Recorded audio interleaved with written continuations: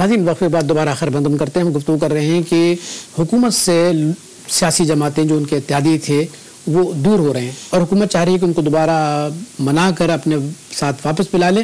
لیکن میں سمجھتا ہوں کہ شاید ایسا ممکن نہ ہو. کوئی نئی سیاسی پارٹیاں جو ہیں ہو سکتا ہے حکومت کے ساتھ شامل ہو جائیں, جیسے مسلم لیگ قاف ہو سکتی ہے, وہ شامل ہو سکتی ہے اور حکومت کو مطلب یہ کہ کام کرنے کا موقع مل سکتا ہے.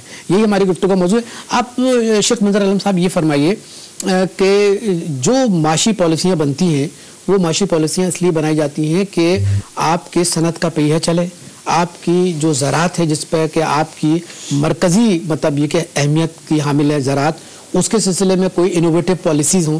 تو آپ سمجھتے ہیں کہ اگر یہ افراتفری مرکز میں رہتی ہے اور حکومت جو ہے وہ یکسوئی سے کام نہیں کر پاتی, تو آپ سمجھتے ہیں کوئی ایسی پالیسیاں بنیں گی جس سے صنعت کا پہیہ چلے, اکنامک گروتھ ہو سکے گا؟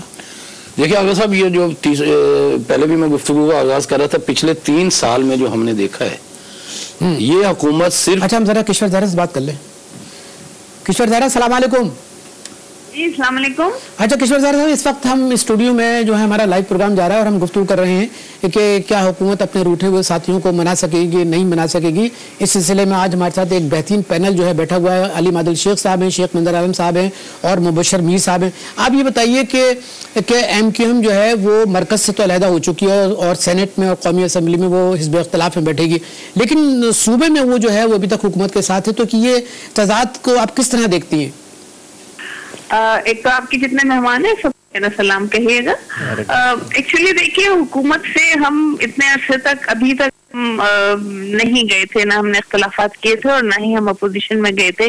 لیکن اب اس وقت حال ہے آپ کو خود بھی معلوم ہے, اور اسپیشلی خصوصی طور پہ یہ جو ایک نئے سال کی مبارکباد پیٹرول بم کی صورت میں ہم لوگوں کو ملی ہے, تو اس میں تو کسی صورت میں بھی اس حوالے سے حکومت کا ساتھ دینے کا سوال ہی نہیں پیدا ہوتا. اور ایسا نہیں کہ یہ ہم نے ابھی کیا, اس کی وارننگ اور اس بارے میں گفتگو برابر بہت صوبائی سطح پہ بھی اور قومی سطح پہ بھی برابر گفتگو ہوتی رہی. RGST سے اور NRO سے یہ قصہ چل رہا ہے کہ بے شک ہم حلیف جماعت ہیں, لیکن دیکھیے MQM کا ایک اصول ہمیشہ رہا ہے کہ چاہے کیونکہ ہمیں نہ وزارتوں کا لالچ ہوتا ہے نہ ہمارے کوئی دوسرے مقاصد ہوتے. میر صاحب, ایک لوگوں کا ایک خیال یہ ہے کہ صدر محترم اور جناب یوسف رضا گیلانی صاحب مستقل کہتے ہیں کہ ہماری جو پالیسی ہے وہ ریکنسیلیشن کی پالیسی ہے, کہ ہم مفاہمت کے ذریعے سب کو لے کے چلتے ہیں.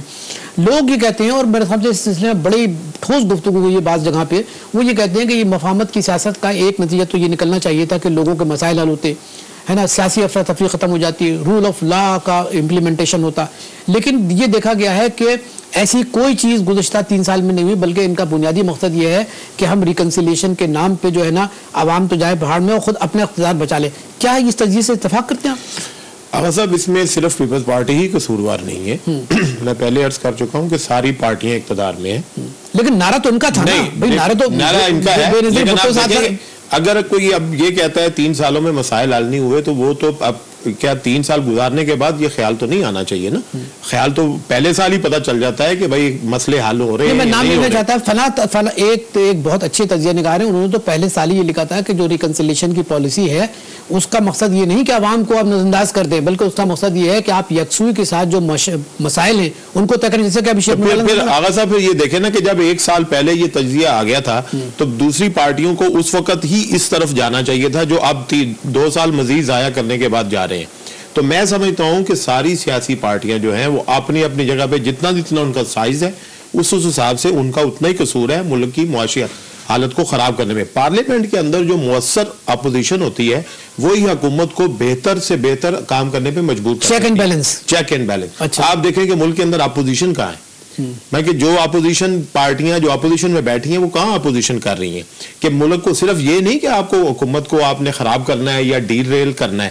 اگر ایک اچھی اپوزیشن جو ہوتی ہے وہی اچھی حکومت کی جو ہے وہ باعث بنتی ہے, اور وہ چونکہ مستقبل کی گورنمنٹ ان ویٹنگ ہوتی ہے, وہ گورنمنٹ ان ویٹنگ ہوتی ہے, آگے اس نے آگے حکومت کرنی ہوتی ہے. لیکن اگر یہ بات ہو کہ آپ ہمارے پچھلے دور کو چھپا دیں اور ہم آپ کے اس دور میں خاموش رہتے ہیں تاکہ پھر ہمیں دوبارہ چانس ملے, تو یہ تو کوئی ایک یہ اگر ریکنسیلیشن ہے تو میرا خیال ہے کہ یہ پولیٹیکل سسٹم جو ہے اور سیاسی پارٹیاں جو ہیں یہ ساری ڈیلیور کرنے میں ناکام ہے. اس کی وجہ ہے کہ آغا صاحب آپ دیکھیں کہ پارلیمنٹ کے اندر کون سی پارٹی ہے ایم کیو ایم کا اس میں نام نہیں ہے, باقی ساری پارٹیوں کے جعلی ڈگری ہولڈر ہیں. تو کہاں کے لوگ ہیں؟ کوئی میرٹ کے لوگ ہیں؟ کوئی آپ سمجھ لیں کہ اس لیول کے لوگ ہیں کہ وہ پارلیمنٹ میں ملک کی نمائندگی کر سکے؟ ابھی ایک رپورٹ آئی ہے کہ 87 ارکان اسمبلی ایسے ہیں جو 3 سال میں پارلیمنٹ میں ایک لفظ نہیں بولے. تو آپ خود اندازہ کریں کہ پارلیمنٹ کا تیسرا حصہ جو ہے وہ پارلیمنٹ کے اندر خاموش بیٹھا ہوا ہے, اور جو بولے ہیں ان میں سے بھی آدھے لوگ کیا بولے ہیں. تو اب ملک کے جو نمائندے ہیں وہ ملک کی نمائندگی تو انہوں نے پارلیمنٹ میں کی نہیں ہے, انہوں نے ان کے مسائل کے اوپر تو گفتگو نہیں کی, اور زیادہ سے زیادہ طریقے استحقاق جو ہے انہوں نے اپنے استحقاق کی پیش کی ہوں گی, پبلک کے استحقاق کی تو نہیں پیش کی. تو اس طرح کے سیٹ اپ نے تو پبلک کو یقیناً مایوس کیا ہے. ارے عادل شاہ صاحب آپ یہ بتائیے کہ دیکھیے جب ہم لوگ جمہوریت کا نام لیتے ہیں نا, جب فوجی حکومت آتی ہے تو فوجی حکومت اگر کچھ کام کرتی ہے تو وہ بھی آپ کے لیے جو ہے مطلب ناگوار گزرتا ہے سیاسی پارٹیوں کے لیے.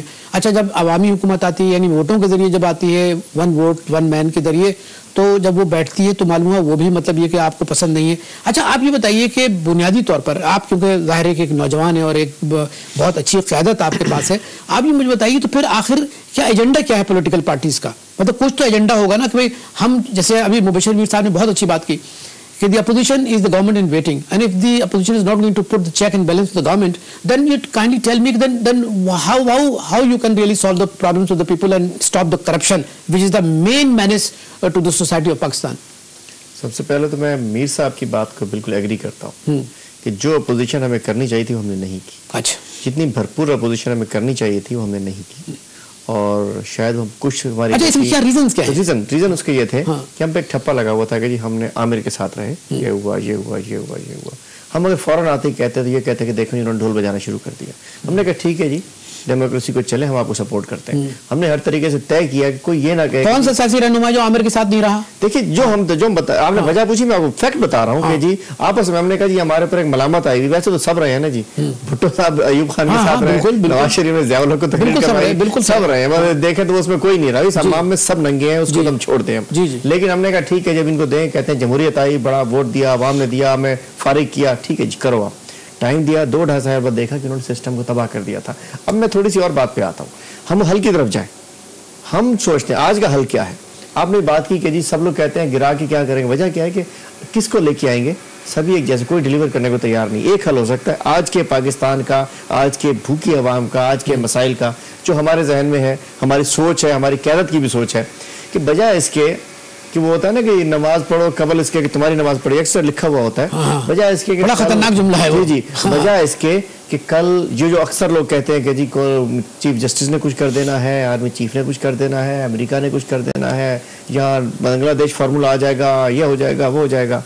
جب وہ حل نظر آتا ہے تو بہتر یہ ہو آج ہم سب جتنے لوگ ہیں ہم کہیں کہ جی ٹھیک ہے 2 سال ہم نے سیاست نہیں کرنی. ہم تمام لوگ including People Party, P M L N, P M L Q, M Q M, F, جو پارلیمنٹ میں لوگ موجود ہیں, وہ سب طے کریں, اور ساتھ ان کو بھی آن بورڈ لیں جو پارلیمنٹ سے باہر ہیں, جے آئی, تحریک انصاف, دیگر, اور ہم ایک ایجنڈا طے کریں 2 سال کا کہ جی یہ ہم نے قوم کو, پاکستان کو سب کٹھے ہوں, اور اسی یہ خود ہماری گورنمنٹ, یہ صدر پاکستان, یہ ایک نیشنل ریکنسیلیشن, نیشنل ایک گورنمنٹ بنایا اس میں, جس میں سمجھے کہ یونٹی گورنمنٹ ہو, نیشنل گورنمنٹ ہو, تمام پارٹیز اس میں آن بورڈ ہوں, تمام پارٹیز. اچھا جی آغا مسعود صاحب آپ انفارمیشن کے ہیں, بہت اچھا جی, آپ اس پارٹی سے ہیں, آپ آ جائیں جی, آپ جی اکانومی کے بندے آپ آ جائیں, آپ جی میڈیا کے ہیں. اس طریقے سے تمام پارٹیز کے ٹیکنوکریٹس کو لیا جائے اور طے کر لیں ہم سب لوگ کہ ہم نے ایک دوسرے کی ٹانگ نہیں کھینچنی, ہم نے ایک دوسرے کے کپڑے نہیں اتارنے. یہ طے کر کے اگر ہم 2 سال کا ایجنڈا بنائیں, اور اس کا 2 سال. اچھا یہ جو آپ گفتگو کر رہے ہیں یہ ایک مورل ایشو کی گفتگو کر رہے ہیں, یعنی آئیڈیلزم کی. سوچ بھی رہے ہیں, نہیں ہم سوچ رہے ہیں. دیکھیں جی بات یہ کہ بات تو چل رہی ہے نا, 1 سال سے تو چل رہی ہے کہ نیشنل گورنمنٹ آ جائے گی, ابھی چلی گئی, یہ ہو گیا, وہ ہو گیا, چیف جسٹس فارغ کر دے گا, فوج فارغ کر دے گی, بات چل رہی ہے. بریک لے لیں تھوڑا سا. جی پلیز خالد نظام تھوڑا سا کمپلیٹ کروں گا بات کو. جی ہاں خالد نظام تھوڑا سا بریک لیتا ہوں, بریک کے بعد ہماری گفتگو جاری رہے گی, اور ہم یہ وعدہ کر رہے ہیں علی مدن شیخ سے کہ جب ہم دوبارہ آئیں گے تو گفتگو ان سے ہی کریں گے, اس لیے ہمارے ساتھ رہیے گا.